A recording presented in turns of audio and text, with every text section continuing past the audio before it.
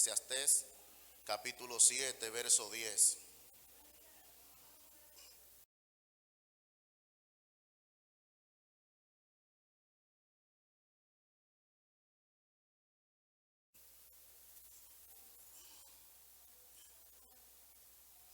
Eclesiastés capítulo 7, verso 10. Gloria al Señor.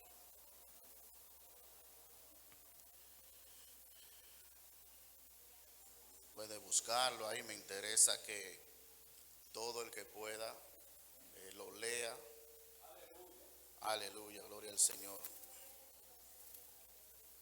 Eclesiastés capítulo 7, verso 10. Vamos a estar leyendo la palabra del Señor en el nombre del Padre, Hijo y Espíritu Santo. Amén. Dice así: nunca digas cuál es la causa de que los tiempos pasados fueron mejores que estos, porque nunca de esto preguntarás con sabiduría. Nunca digas cuál es la causa de que los tiempos pasados fueron mejores que estos, porque nunca de esto preguntarás con sabiduría. Dios eterno, gracias por tus palabras, Señor. Tus palabras son vida, son verdad, y te pedimos que sea de edificación a todo el que le escuche. Amén y amén. Pueden tomar su asiento. Gloria al Señor. ¿Cuántos saben que el Dios al que usted le sirve, el Dios al que usted le entregó su vida, ese Dios sabe lo que hace? Amén. Dios sabe lo que hace. Gloria al Señor. Siempre digo que es importante que nosotros como creyentes conozcamos y aprendamos acerca de los atributos y las cualidades de nuestro Dios. Saber, conocer los atributos, las cualidades de nuestro Dios, la forma en la que nuestro Dios trabaja, la forma en la que nuestro Dios opera, es importante y representa una victoria aún mayor en la vida del creyente, en la vida del cristiano. ¿Por qué? Porque cuando usted sabe la forma en la que su Dios trabaja, cuando usted sabe la forma en la que su Dios se manifiesta y opera, usted va a tener cierta ubicación en esta tierra, mental y espiritualmente. Conocer que nuestro Dios es el que todo lo sabe, conocer que nuestro Dios es el Dios que todo lo puede, que es el Dios que está en todo lugar, en todo momento. Es importante en la vida del creyente saber y entender acerca de la soberanía de nuestro Dios. Dios es soberano, y hablar de la soberanía de Dios es algo muy poderoso. ¿Por qué? Porque el que Dios sea soberano implica que Dios hace lo que Él quiere hacer. Hace como Él quiere hacerlo, donde Él quiere hacerlo, con quien Él quiere hacerlo, y no tiene que darle cuentas a nadie de lo que Él hace. Pero esto uno lo ha escuchado y esto uno lo habla, pero cuando usted se detiene a meditar seriamente acerca de lo que es la soberanía de Dios, usted va a entender que esto es algo profundo y es algo serio. Que no es solamente usted decir que Dios hace lo que Él quiere, como Él quiere, cuando Él quiere, con quien Él quiere, sino que esto implica profundizar en eso que es que Dios hace lo que Él quiere. Cuando decimos que Dios hace lo que Él quiere, abarca todo. Cuando decimos que Dios hace las cosas de la manera que Él quiere hacerla, esto abarca todo lo que usted se pueda imaginar. Cuando decimos que Dios es el Dios que hace las cosas con quien Él quiere hacerla, esto abarca todo lo que usted se puede imaginar. El asunto es que nosotros en nuestra mente limitada a veces queremos sujetar a Dios a nuestra mente limitada y pensamos que Dios va a hacer las cosas que yo creo que están bien, que Dios va a hacer las cosas de la manera que yo considero que están correctas. Y por eso cuando Dios obra en su soberanía, puede ser que haya un choque entre lo que Dios está haciendo y mi creencia. ¿Por qué? Porque yo entiendo que poner esta toalla aquí está bien, pero aquí está mal. pero Dios en su soberanía la puede poner ahí. Entonces ya hay una confrontación en mi espíritu. ¿Por qué? Porque yo pienso que las cosas están bien de acuerdo a la mente que yo tengo. Dios, siempre digo algo que aprendí de la palabra del Señor, y es que Dios estableció mandamientos para la iglesia. Dios estableció mandamientos para su pueblo. Dios estableció leyes y ordenanzas para usted y para mí, pero Dios no está sujeto a mandamientos. Y la iglesia tiene que entender esto. El Dios que estableció los mandamientos no está sujeto a ellos. Y usted me dirá, pastor, ¿cómo usted me demuestra eso? Sí, ese Dios que le dijo a usted, me dijo a mí, dijo en su palabra, no matarás. ¿A cuánto no mató?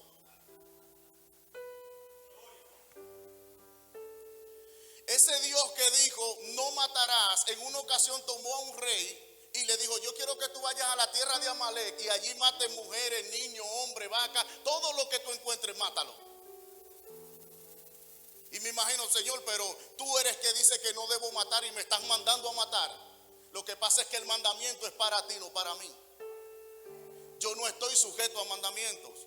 Y cuando usted puede asimilar eso, entonces usted va a aprender algo muy serio de la palabra de Dios, que es la razón por la que mucha gente tiene años enfrascado en un combate, en una guerra campal con Satanás y los demonios, en cosas que le está haciendo Dios. Hay gente que tiene mucho tiempo reprendiendo al enemigo en una situación que está viviendo, pero que el enemigo está lejos de ahí, porque esa guerra que tú estás viviendo la puso Dios ahí. Pero como yo no puedo entender la soberanía de Dios, entonces yo entiendo que todo lo malo que a mí me pasa lo está haciendo el enemigo. Todo lo aparente malo que a mí me esté pasando, yo pienso que los demonios se levantaron, se metieron en la casa, me están haciendo la guerra, y mi mente limitada no puede ver que posiblemente el enemigo está lejos de ahí, y quien está haciendo esa situación o provocando esa situación en mi vida es el Dios eterno, porque Él es soberano, porque Él es el Dios que hace lo que Él quiere. Y Dios tiene unos métodos a veces muy extraños de trabajar con el ser humano. En este verso bíblico, si usted le puso atención cuando lo leyó, usted se va a dar cuenta de algo. Y Dios me dio una enseñanza de aquí, pero que me costó mucho entender en el momento que me dio la palabra. El verso 10 del capítulo 7 de Eclesiastés dice, nunca digas, ¿cuál es la causa de que los tiempos pasados fueron mejores que estos? Porque nunca de esto preguntarás con sabiduría. ¿Cuál es la causa de que los tiempos pasados fueron mejores que estos? Y esto tiene dos vertientes o dos puntos de vista de usted asimilarlo. La Biblia me está diciendo a mí que yo no puedo decir que mi tiempo pasado fue mejor. Pero esto yo lo puedo entender si en mi tiempo pasado yo no tenía una casa propia, si en mi tiempo pasado yo no tenía un carro, si en el tiempo pasado yo no tenía una estabilidad económica, yo no gozaba de buena salud, yo no tenía una condición espiritual estable, y ahora en el presente está la casa, está el carro, la buena salud, la estabilidad económica. Es lógico que yo no voy a decir que aquel tiempo fue mejor, porque en aquel tiempo yo no tenía nada y en este lo tengo todo. Ahí yo puedo entender ese verso bíblico. Pero ¿qué pasa cuando el asunto es contrario? ¿Qué pasa cuando en mi tiempo pasado estaba la casa, estaba el carro, la estabilidad económica, la buena salud, y ahora en mi presente nada de eso está? La Biblia me está diciendo, no te atrevas a decir que aquel tiempo era mejor. Señor, pero es lógico que yo diga que aquel tiempo era mejor, porque en aquel tiempo yo tenía todo eso. Y ahora en mi presente no tengo nada, lo perdí todo. Es lógico que yo considere que aquel tiempo era mejor. Y para entender eso, a veces a mí me gusta invitar, cuando hablo de este mensaje, a una persona. Hay un invitado especial esta noche aquí en la iglesia, y es un hombre llamado Job. Y Job está ahí sentado en primera fila. Y Job me está escuchando a mí predicar, decir que no se atreva a decir que su tiempo pasado fue mejor que este. El hombre que en su tiempo pasado tenía a sus hijos vivos. El hombre que en su tiempo pasado tenía la vaca, tenía los bueyes y tenía su salud. Ahora en el presente ni están los hijos, ni están las vacas, ni está la siembra, ni está el dinero, ni está la salud. Y yo le estoy diciendo a él que no se atreva a decir que el tiempo pasado de él fue mejor. Yo pienso que se para, se va. Porque hay cosas que son difíciles a nuestra mente de asimilar. Y yo me levantaba y leía y buscaba los materiales bíblicos que tengo en mi casa estudiando, pero sentía que Dios me quería enseñar algo a través de su palabra. Y para Dios seguir iluminándome, el Espíritu Santo me inquietó a que siga leyendo en este mismo capítulo. Cuando llegué al verso 14, ahí empecé a entender por qué o lo que Dios me quería enseñar en el verso 10. En el verso 14, escuche cómo dice, en el día del bien goza del bien. Y en el día de la adversidad considera. Dios hizo tanto lo uno como lo otro a fin de que el hombre nada halle después de él. Cuando yo leía este verso, ahí empecé a comprender un poco lo que Dios me quiere decir en el verso 10. Aquí en el verso 14 dice, en el día del bien gózate, en el día del bien alégrate, en el día del bien aplaude, canta, brinca, salta, pero en el día de la adversidad no cuestiones, en el día de la adversidad no te quejes, en el día de la adversidad no pelees con Dios. ¿Qué dice ahí? En el día de la adversidad considera. ¿Y qué es lo que voy a considerar? Dice que Dios hizo tanto una cosa como la otra. Aquí esto rompe con un patrón de mentalidad que se mete en las iglesias muchas veces. ¿Cuál es ese patrón de mentalidad? Que todo lo que yo entiendo que es malo, que me pase a mí, lo mandó el diablo. Pero cuando yo estoy en gozo, lo mandó Dios. Aquí me está diciendo, el día de la adversidad la mandó Dios y el día del bien también lo mandó el Señor. Dice, en el día del bien gózate y en el día de la adversidad considera. Dios hizo tanto lo uno como lo otro. La iglesia a veces no puede entender que el tiempo de adversidad que está viviendo lo mandó Dios. La iglesia tiene que entender que Dios es el Dios de los tiempos. Que Él es el Dios de los tiempos. Pero como dice la ley de la hermenéutica, que no se puede hacer doctrina de un solo verso, yo le voy a dar dos más. En el libro de Job dice que la mujer en una ocasión se le acerca y le dice, todavía retienes tu integridad, maldice a tu Dios y muérete. Y Job le responde, como suelen hablar las mujeres fatuas, has hablado tú hoy. Recibiremos de Dios el bien solamente y no recibiremos el mal.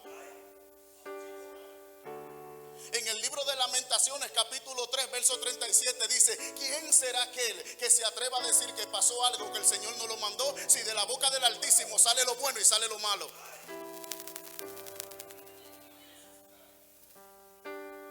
Lo que Dios quiere que entendamos, mis hermanos, es que Él es el Dios de los tiempos. Y cuando usted le entregó su vida al Señor, el Señor tiene total dominio y control de los tiempos que van a venir a tu vida. Por eso es que la Biblia enseña y dice claramente que nosotros tenemos que alabar y bendecir a Dios en todo ¿qué? En todo tiempo. Gloria al Señor. ¿Por qué? Porque Él tiene control de los tiempos. La Biblia dice, a los que aman a Dios todas las cosas le ayudan a bien. Y en esas cosas que me ayudan a bien está el tiempo de alegría, pero también está el de lágrimas.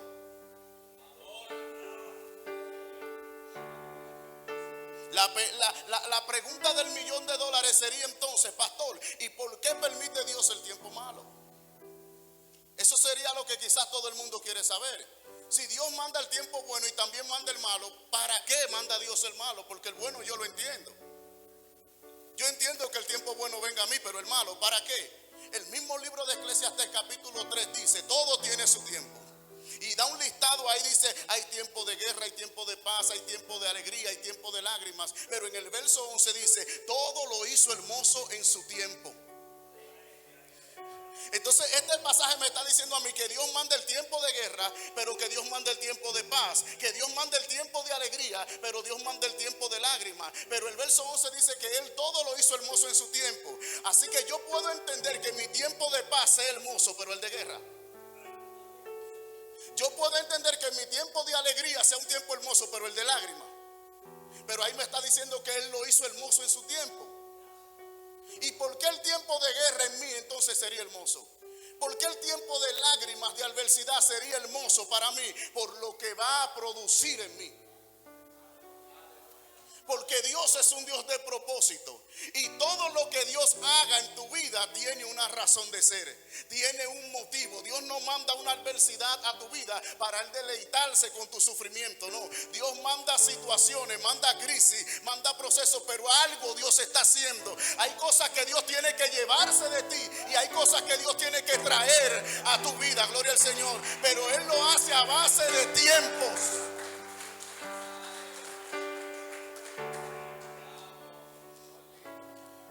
Para producir algo. ¿Y qué es lo que Dios mayormente quiere producir en el ser humano? La segunda parte del verso 14 lo dice.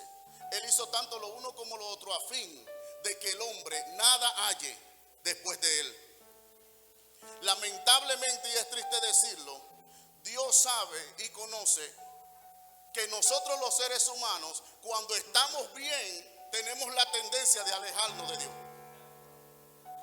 Y cuando vienen las batallas es donde uno viene corriendo al altar a buscar a Dios. Entonces Dios tiene que permitir situaciones para llamar nuestra atención. Y cuando Dios permite situaciones y llama nuestra atención, lo que Dios está buscando es conectar tu corazón con el de Él. Pero para Dios conectar tu corazón con el de Él, siempre Dios va a tener que desconectar tu corazón de algo. Entonces lo que Dios está haciendo es que permite una situación y provoca unas ciertas cosas para desconectarte de algo que te tiene atado. Y cuando te desconecta de ahí, entonces te acerca a Él. Gloria al Señor. Te conecta con Él. Por eso es que cuando Cristo viene a la tierra, una de las primeras enseñanzas que Cristo le dio a Pedro fue esa. Cristo llega y encuentra a Pedro lavando las redes. Y cuando encuentra a Pedro lavando las redes porque había pasado la noche entera pescando y no atrapó nada, ahora Cristo le dice: vamos para adentro otra vez, boga mal adentro, vamos a pescar. Y Pedro le dice: Señor, pero yo pasé la noche entera en esto y no atrapé nada. Porque una de las cosas que Dios va a hacer en nuestra vida es romper con nuestra capacidad y nuestro conocimiento para que usted aprenda a operar en la palabra. Hay gente que van a tener que renunciar a su capacidad, renunciar a su conocimiento para empezar a moverse conforme a la palabra. Humanamente hablando, ahí el que sabía de pesca era Pedro, no Jesús. Y Jesús le está diciendo a Pedro en la hora menos indicada, porque el que brega con pesca, entiendo, dicen que la mejor noche para pescar, la mejor hora para pescar es en la noche. Pedro pasó la noche entera en eso y no atrapó nada. Ahora en la hora menos indicada Jesús le dice: vamos. Y Pedro que sabía que estaba siendo confrontado en el momento, Pedro le dice: mira, yo pasé la noche entera en esto y yo no atrapé nada, pero en tu palabra yo lo voy a hacer. Y entraron nuevamente. Y cuando están allá, usted conoce la historia, tira la red y dice la Biblia que atrapa una gran cantidad de peces como nunca en su vida lo había hecho. Pero lo que me gusta de esta historia es que cuando llegan a la orilla, gloria al Señor, están ahí. Y ahí está esa tremenda pesca que Pedro hizo, gloria al Señor. Pero pasa algo extraño aquí. Y es que yo me imagino ver a Pedro diciendo: wow, qué pesca tan grande, qué bendición tan grande. Yo nunca en mi vida había atrapado tantos peces como esa. Yo nunca en mi vida había tenido una bendición tan grande como esa que acabo de tener. Wow, tremendo. Pero a Pedro se le prendió el bombillito, y mientras Pedro está maravillado con la pesca tan grande, en el mismo momento como que Pedro analiza y dice: sí, es grande la bendición, es tremenda la bendición, nunca he tenido una como ella, pero esta bendición, por grande que sea, un día se va a acabar. Esta bendición, por mucha que sea, un día se va a acabar. Así que yo tomo la decisión de hacer algo. ¿Qué, Pedro? Yo dejo la bendición y me voy con el que bendice. Gloria al Señor. Porque si me voy con el que bendice, cuando vuelva y me falte, Él vuelve y me suple. ¿Sabe cuál es la situación? La situación es que muchas veces las bendiciones logran desconectarnos del que bendice. Las supuestas bendiciones a veces que nosotros recibimos logran desconectarnos a nosotros del que bendice. Nunca la bendición puede ser mayor que el que la dio. Nunca la bendición puede ser más importante que el que bendice. Y Pedro, dice la Biblia, que dejándolo todo, se fue detrás de Jesús. Yo le decía, Señor, ¿qué sentido tiene una pesca tan grande si al final la voy a dejar botada? Porque el asunto aquí no era que Pedro tuviera muchos peces. El asunto era que a Pedro lo estaban poniendo en un escenario donde él iba a tener que tomar una decisión. Y él fue entendido.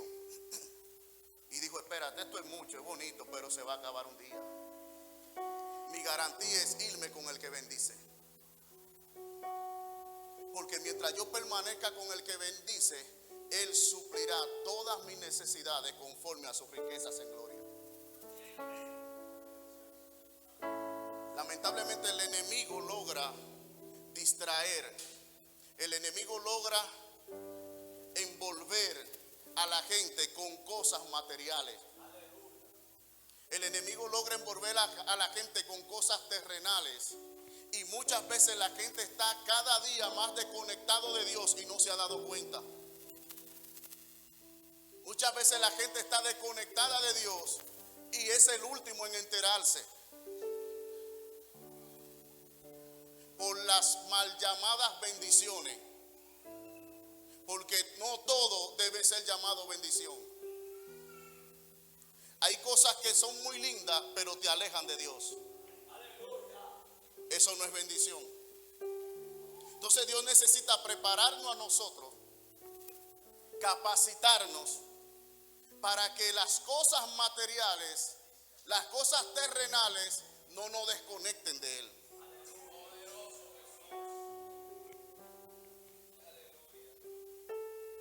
Hay gente que a veces dice, yo necesito un empleo, por poner un ejemplo. Y le dicen al pastor, a los líderes, a la iglesia, lo ponen a ayunar, a orar, a hacer silicio para que Dios supla ese empleo. Y de repente el empleo aparece. Y cuando el empleo aparece, ese hermano que pidió tanto, ahora el que no aparece él. Después que recibió el empleo, no lo volvieron a ver más en la iglesia. Y se va, y pasan días, pasan meses. Y el hermano ahora está muy ocupado. El hermano ahora está muy atareado. Tiene muy poco tiempo para congregarse. Porque ya tiene un empleo. Gloria al Señor. Dios lo bendijo con el empleo. Y ahora esa bendición lo está alejando de Dios. Pero ¿qué pasa? Que llega un momento que el hermano aparece un día en la iglesia y todo el mundo se sorprende y se alegra. Wow, varón, volviste. Sí, quiero hablar con el pastor. Dígame, mire, yo necesito que ustedes vuelvan y oren y ayunen y hagan silicio de nuevo otra vez. ¿Y por qué, varón? Es que allá en el trabajo hay un supervisor endemoniado que me está haciendo la guerra, me está haciendo la vida imposible. Y yo necesito que Dios haga algo con ese supervisor que me está haciendo la vida imposible. Pero lo más lejos que tiene ese hermano, que a ese supervisor no lo está usando el diablo, lo está usando Dios. Gloria al Señor, porque tiene que volverte a traer al lugar de donde tú saliste.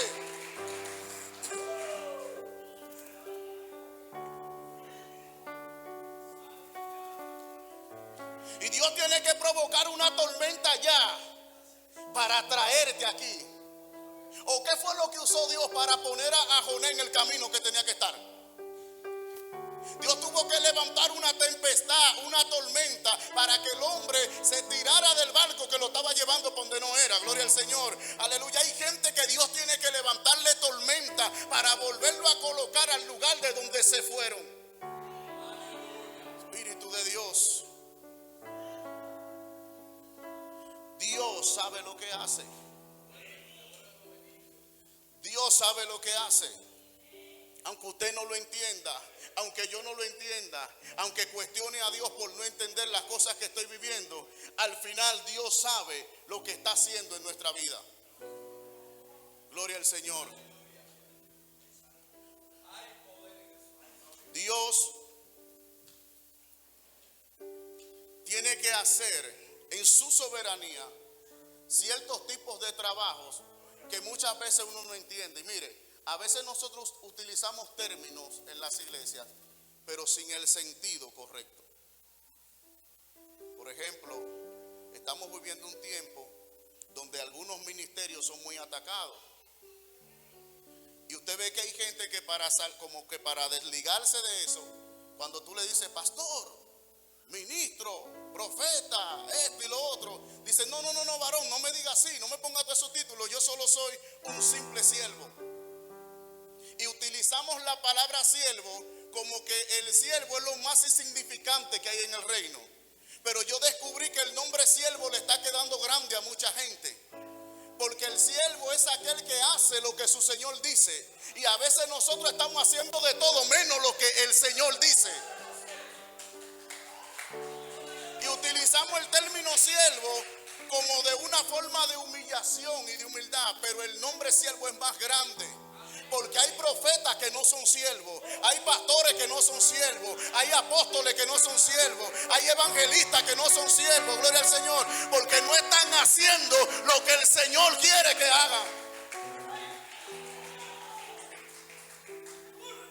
Pero hay otro término que utilizamos mal, y ese término cuando decimos yo solo soy un simple vaso, yo solo soy un instrumento, varón. ¿Sabe por qué lo usamos mal? Porque muchas veces creemos que yo soy instrumento de Dios cuando estoy aquí parado. Dios me usó porque prediqué bien. Dios me usó porque canté bien. Dios me usó porque toqué el instrumento bien. Gloria al Señor. Y limitamos el ser instrumento de Dios a estar parado en el altar. Pero hay gente que no sabe que cuando salen por esa puerta siguen siendo instrumentos. ¿Sabe qué es lo que pasa? Que a veces tenemos esto como que es una camisa que yo me la pongo y me la quito. Déjame ponerme la camisa de instrumento y mientras estoy aquí adentro soy el instrumento. Pero cuando salgo por la puerta ya se me olvidó que soy un instrumento.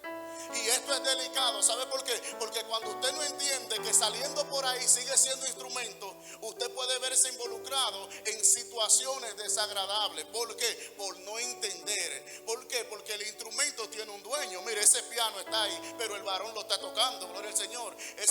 El varón saca de ese piano la melodía que él quiera. Puede ser movida, puede ser lenta. Asimismo, usted y yo como instrumento tenemos alguien que nos usa, alguien que saca de nosotros el tipo de melodía que él quiera. Entonces, ¿qué es lo que pasa? Que Dios, como dueño de este instrumento, Dios viene y hace algo y dice, porque hay una situación, Tony, que yo aprendí. Y yo aprendí en este camino que a veces mi proceso no tiene nada que ver conmigo. Hay situaciones que usted está viviendo que Dios la puso ahí y no tienen nada que ver contigo. A veces Dios está haciendo cosas en mí por un tercero que está mirando de lejos. Sí, porque hay hombres que están aquí, pero la esposa no, y la esposa le está haciendo la guerra allá. Hay mujeres que están aquí, pero el esposo no, y el esposo le hace la guerra allá. Hijos que están aquí, los padres no, y los padres le hacen la guerra allá. Entonces, ¿qué pasa? Que ese esposo o esa mujer que está predicando y está declarando que Dios es el Dios que suple, es el Dios que provee. Hay un incrédulo por allá o cerquitica que dice, esta fanática, este es lo que es un fanático religioso. Este ahora se está volviendo loco, dice que Dios suple, que Dios provee. Se está volviendo loco y dice Dios, voy a tener que usar mi siervo para enseñarle al incrédulo que yo soy el Dios que suple, para enseñarle al incrédulo que él no es un loco ni un fanático, que yo soy real. Y el siervo se pone contento y dice, qué bueno, Dios me va a usar. Señor, ¿y cómo tú me vas a usar? Para enseñarle al incrédulo que yo suplo. Te voy a dejar sin trabajo. Pero ahí no me gusta, porque Dios tiene formas raras de trabajar. Ahora está usted desempleado y posiblemente por no entender la soberanía de Dios y la forma en la que Dios trabaja, ahora usted se enfrasca en un pleito constante con Dios. Pero yo soy el que siempre va a la iglesia, yo soy el que primero llega siempre, yo nunca me acuesto sin orar, yo nunca me levanto sin orar. ¿Y cómo es que tú permites que a mí me voten? ¿Usted nunca ha visto gente peleando con Dios? Yo he visto una gente que yo he tenido que meterme a desapartarlo a Dios y a ellos. Y como si yo de la forma que yo le sirvo a Dios, ¿cómo es que Dios permite que a mí me cancelen? ¿Cómo es que Dios me permite esta crisis? crisis? ¿Cómo es que Dios me permite este proceso sirviéndole yo como le sirvo? Dile a alguien que te quede cerca, tú estás pasando por proceso, posiblemente te estén usando. Ay, varón, me botan del trabajo, posiblemente Dios te esté usando. ¿Por qué? Porque el incrédulo ahora empieza a burlarse y dice, mira ese, tanto que hablaba que su Dios suple y ahora su Dios permitió que lo voten. ¿Y dónde estaba Dios que no impidió que lo botaran del trabajo? Tú verás, ese se muere del hambre en esta. Yo voy a ver lo que Él va a hacer, gloria al Señor.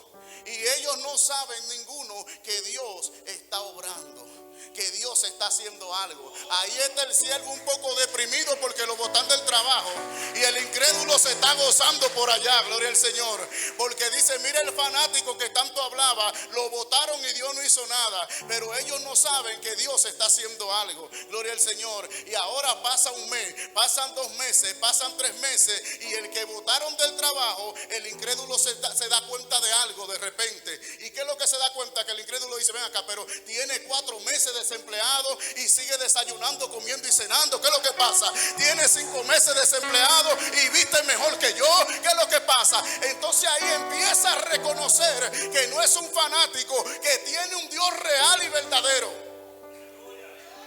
¿Sabe por qué? ¿Sabe por qué Dios lo hace? Porque usted tiene que aprender que el evangelio no se trata de usted. El evangelio no se trata de mí.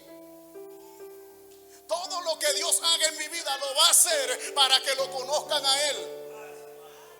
Por eso es que Satanás, que el Señor lo reprende, está trabajando con una estrategia muy fina en este tiempo. Y es que ha despertado una ansiedad en muchos ministerios de ser conocido.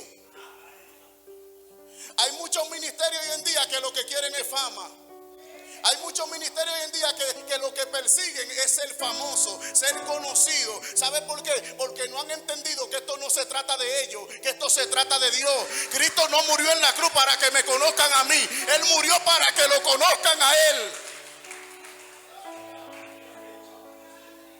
Cuando usted va a una tienda, usted va a buscar un perfume. Y usted ve en esa vitrina, usted ve ese perfumito muy lindo, muy bonito. Y ese perfume es el producto que están vendiendo. Y la vitrina está ahí mostrando el producto. Hoy en día nosotros no hemos llegado a pensar que Dios es la vitrina y yo soy el perfume.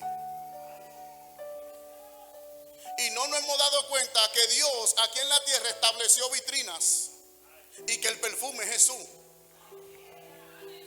Así que usted y yo somos vitrina con pie para mostrar el perfume que está dentro, que es Jesús. Gloria al Señor. Por eso es que hay términos que utilizan a veces en las iglesias con las que yo no estoy de acuerdo. Gloria al Señor. Porque eso di que este es tu año y Dios te va a exhibir. ¿Y quién le dijo a usted que usted está aquí para que lo exhiban? Gloria al Señor. Usted no está aquí para ser exhibido. Usted está aquí para exhibir al Rey de Reyes y Señor de Señores. Yo no vine a ser exhibido. Yo vine a exhibir al Rey. Una ansiedad de fama y de renombre. Y lloramos. Ay, Dios te ve exhibir. Gran cosa que exhiban hablando.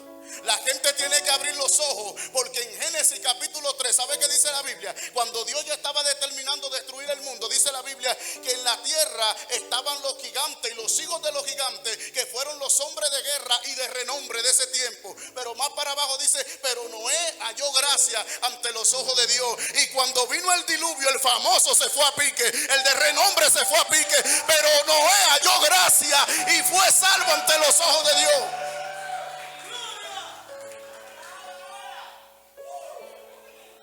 La Biblia no dice que los gigantes de renombre y de fama entraron al arca. No, el diluvio se llevó ese grupo. El único que se salvó fue el que halló gracia. El que halló gracia ante los ojos de Dios. Suelta esa ansiedad de fama. Suelta esa ansiedad de renombre. Suelta esa ansiedad de ser conocido. Y métete en la gracia del Padre.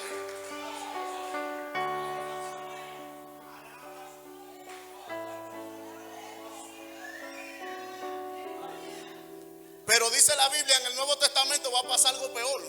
Porque Jesús de repente está enseñando y dice, no todo el que diga Señor, Señor entrará al reino de los cielos. En aquel día vendrán muchos y me dirán, Señor, pero en tu nombre hicimos milagros. En tu nombre echamos fuera demonios. En tu nombre hicimos sanidades. Y yo les diré, apartado de mí, no los conozco, hacedores de maldad. Ahora, yo quiero que usted me diga a mí, ¿quién en esta tierra que haga milagros no he conocido? ¿Qué predicador en esta tierra que haga milagros y eche fuera demonios y sane enfermo no es famoso? Todo el que está en esos niveles lo conoce medio mundo.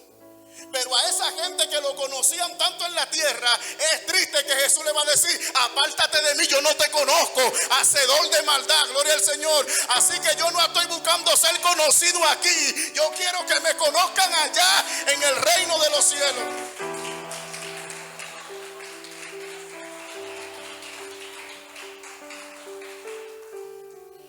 El evangelio no se trata de mí, se trata de Cristo. Cristo no murió en la cruz para que conozcan a Orlando, Él murió para que lo conozcan a Él. Yo no estoy en esta tierra predicando el evangelio para ser famoso, yo estoy predicando para mostrarlo a Él, para que lo conozcan a Él. Y el enemigo ha infiltrado una ansiedad de fama y renombre. Mire, hay gente tan orgullosa y que hay predicadores que usted lo invita y si usted no le hace un afiche, ellos no vienen. Si usted no le hace un afiche para ellos promocionar, no vienen. ¿Por qué? Porque están persiguiendo fama. Hay un desubique. La Biblia enseña, y esta historia me gusta porque Dios me enseñó tantas cosas de aquí, de 3 jóvenes hebreos, Sadrán, Mesach y Abednego, y de lo que pasó allí, por qué sucedió. La Biblia dice que estos 3 jóvenes estaban ahí y el rey manda a hacer una estatua a Nabucodonosor. Todo el que no se postre lo voy a meter en el horno de fuego. Y cuando están ahí, mira, rey, hay 3 jóvenes que no están obedeciendo tu mandato. Mándenlo, tráiganmelo. Y el rey le dice: ¿es cierto lo que yo escucho por ahí? Que todo el mundo se postra menos ustedes 3. Sí, es cierto. Es así. Pues yo tengo un horno ahí. Y yo lo voy a lanzar en ese horno a todo el que no obedezca. Y ellos le responden: bueno, rey, el Dios al que nosotros le servimos es poderoso para librarnos del horno y aún de tu mano nos librará. ¿Sabe lo que dijo Nabucodonosor? Yo lo voy a calentar 7 veces más a ver cuál es el Dios que lo va a librar a ustedes. Y dice la Biblia que se empezaron a hacer los preparativos y agarraron estos muchachos y los metieron en el horno. Y algo que a mí me gustó de esa historia es que Dios no intervino. Dios no hizo nada para evitar que a ellos lo metan en el horno. Y quizá ellos pudieron pensar: bueno, Dios va a hacer algo, porque por honrar a Dios estamos aquí en esta situación, Dios debe de hacer algo. Pero Dios no hizo nada. Y muchas veces a nosotros nos pasa así. Muchas veces nosotros entendemos que Dios tiene que evitarme a mis situaciones. Que mi Dios es tan bueno que Él no puede permitir que yo pase por ciertas crisis. Él no puede permitir que yo pase por ciertas situaciones. Y cuando tenemos esa mentalidad y Dios no evita esas situaciones, entonces hay gente que se desanima y se va. Por eso yo digo que nosotros los pastores tenemos una responsabilidad grande de hacer que siempre la membresía viva con menos gloria y con los pies más puestos sobre la tierra. Porque hay gente que le están infiltrando mucha gloria, pero están andando como aéreos. Y por eso es que cuando vienen golpes que todos tenemos que pasarlo, y hay situaciones que todos tenemos que enfrentar tarde o temprano, como en la iglesia no me enseñaron que yo iba a pasar por eso.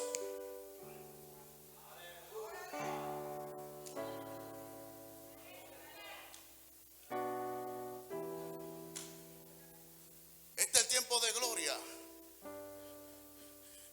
El poder de Dios sobre ti, lo sobrenatural en tu vida, y esto aquí, esto allí, y le venden una película a la gente, que no es que sea mentira muchas de esas cosas, pero hay cosas que usted tiene que tenerla balanceada. Cuando usted come, usted no come arroz blanco solamente, a usted también le ponen habichuela y carne, le ponen ensalada, gloria al Señor. A la iglesia hay que enseñarle todo lo que está ahí. Y así como yo le puedo enseñar a usted que usted puede caminar en ciertas dimensiones espirituales, así hay que enseñarle que Satanás lo va a pedir para zarandearlo como a trigo y que Dios no se va a meter.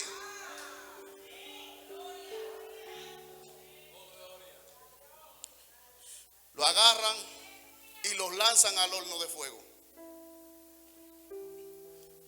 Y esto tiene una enseñanza. ¿Por qué tiene Dios que permitir que a nosotros nos metan en el horno de fuego muchas veces? ¿Por qué Dios no lo evita antes?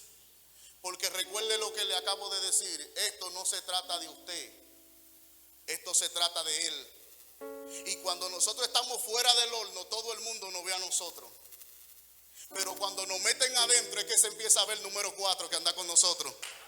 El rey no vio a número 4 cuando ellos estaban afuera. El rey lo vio cuando lo metieron adentro. Gloria al Señor. En el horno de fuego donde la gente ve que tú no eres un fanático y que tú no eres un loco. Es dentro del horno de fuego que la gente dice verdaderamente tiene un Dios. Verdaderamente esa mujer anda con alguien. Verdaderamente hay un Dios que le suple. ¿Sabe por qué? La Biblia enseña que Dios no comparte su gloria con nadie. La Biblia enseña que Dios nunca va a permitir que cosas que Él haga se le atribuya a otro. Y hay gente que entiende que la gran casa que tiene es gracias al sudor. El carro que yo tengo es porque yo me fajo, varón. La ropa que yo me pongo es porque yo me fajo a trabajar. Y Dios necesita que usted entienda que aunque usted trabaje y gana bien, al final eso es gracias al Dios del cielo que usted lo tiene. Es porque Dios lo suple y lo provee.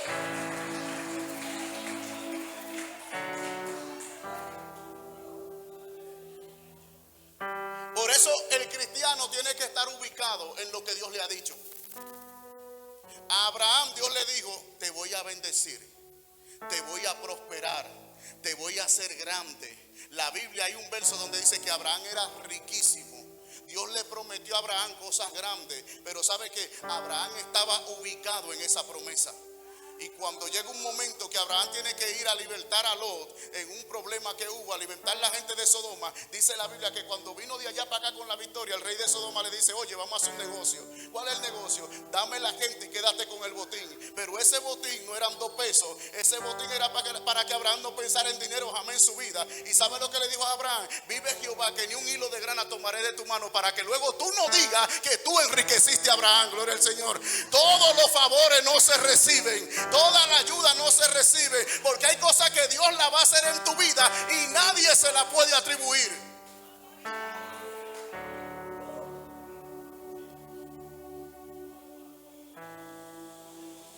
Hay cosas, escúcheme bien, mire, a mí, hay cosas que Dios me la desbarató. Planes que yo tenía y Dios lo desarmó. ¿Sabe por qué? Y más adelante entendí que había alguien pegadito ahí que luego iba a decir: Orlando logró eso porque yo lo ayudé. Ustedes están viendo Orlando así, fue gracias a este que está aquí. Y aunque en el momento me sentí mal, después que Dios me permitió ver eso, dije: gracias, Señor. Gracias que rompiste eso. Porque hoy en día yo no me iba a sentir bien viendo que una persona que nunca ha hecho nada por mí, por un favor de un día, se atribuye todo mi ministerio. Hay gente malagradecida. Hay gente que yo lo veo 30 años debajo de un pastor y mañana le da el deseo de irse por donde otro y aparece un tal apóstol por ahí y dice: mi padre espiritual, abusador, ese fue que se bajó 30 años contigo.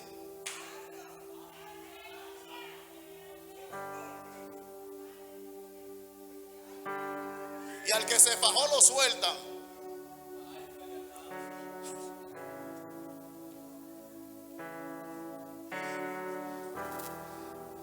Cuando estaban ahí y el fuego no provocó nada en ellos, entonces el rey dio una orden y dijo: sáquenlo. Sáquenlo. Porque hay otra cosa para concluir que usted tiene que saber.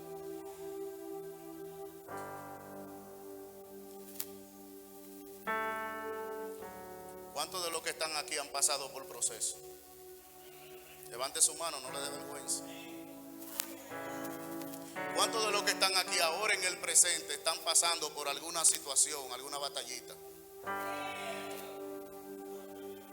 ¿Y cuántas oraciones, cuánto ayuno y silicio usted ha hecho para que Dios se lleve esos procesos? Mucho, ¿verdad? Y si yo le digo a usted que la oración no saca a nadie del proceso, si yo le digo a usted que los ayunos no sacan a nadie de los procesos, ahora que usted me lo dice, tanta hambre que yo he pasado, los silicios no sacan a nadie del proceso.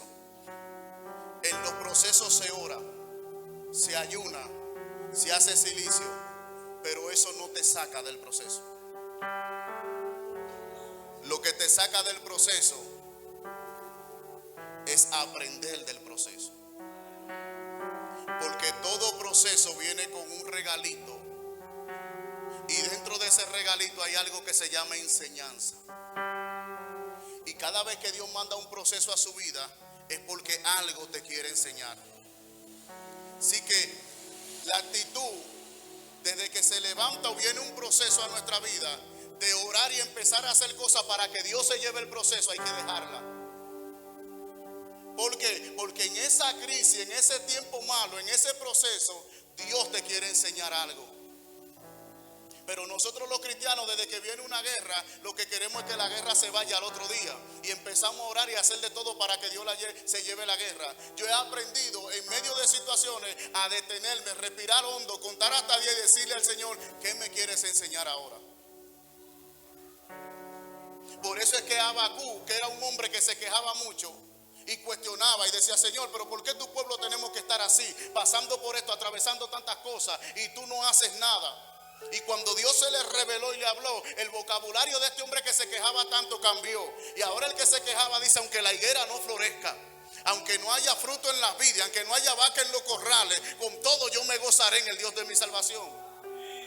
Pero él sigue diciendo algo mal, dice, Jehová de los ejércitos, el que hace mis pies como de sierva y en mis alturas me hace andar. La sierva es un animal que su hábitat son lugares pedregosos, montañosos, barrancas. Esos animales usted los ve en precipicios que brincan, saltan y corren y no se caen, no se van para abajo. Usted pone un caballo ahí, se va para abajo. Usted pone una vaca y se va. Usted lo hace usted y se va para abajo también. Pero la sierva en esos precipicios brinca, salta, corre y no se cae. Y uno dice, ¿cómo es que lo hace? Lo que pasa es que Dios diseñó sus patas para caminar en ese hábitat. Lo que Abacú está diciendo, Dios de los ejércitos, el que hace mis pies como de sierva y en mis alturas me hace andar. Él está diciendo, delante de mí hay un camino malo y yo puedo orar para que Dios se lleve el camino malo. Dios se puede llevar el camino malo, pero Él no siempre lo va a quitar. Él va a preparar mis pies para enseñarme a mí a caminar en el camino malo. Gloria al Señor. No siempre te van a quitar el proceso, no siempre te van a quitar la crisis. Dios te va a enseñar a adorar en la crisis, y donde otros no adoran, yo voy a adorar. Donde otros no alaban, yo voy a alabar. Donde otros no se gozan, yo me voy a gozar. Por eso es que Pablo dice, yo he aprendido a vivir cualquiera que sea mi situación. Yo sé vivir en la escasez y sé vivir en la abundancia. En todo y por todo he sido enseñado. Cuando el rey vio que no le pasó nada, dijo, sáquenlo. Porque usted tiene que aprender de los procesos. Y algo que usted tiene que aprender de los procesos es hacerse inmune a ellos. Mientras usted siga siendo de los cristianos que cuando no tiene el par de zapatos no le hace decir a nadie un gloria a Dios.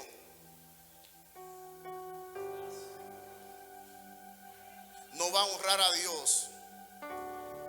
Hay que hacerse inmune a la crisis. Por eso es que David dice, pacientemente esperé a Jehová. Y Él se inclinó a mí, oyó mi clamor y me hizo sacar del pozo de la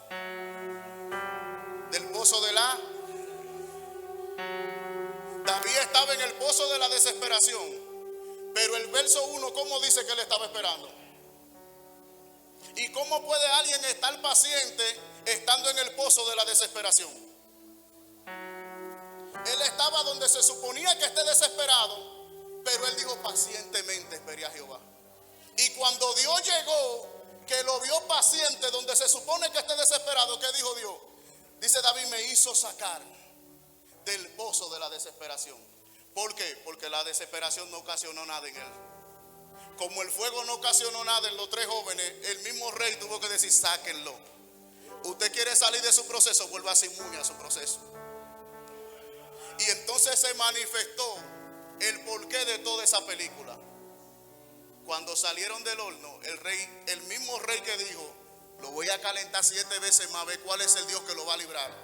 Es el mismo rey que lo manda a sacar ahora y dice, de ahora en adelante, el único rey que se va a adorar aquí, el único Dios que se va a adorar, es el Dios de Sadrach, Mesach y Abednego, porque ese sí salva. Póngase de pie en esta noche.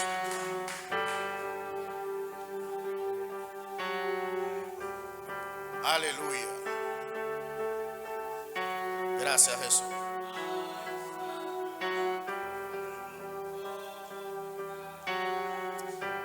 Dígale gracias, Señor. Gracias, Espíritu Santo de Dios. Gracias, Rey de Reyes, Señor de Señores. Gracias, Jesús.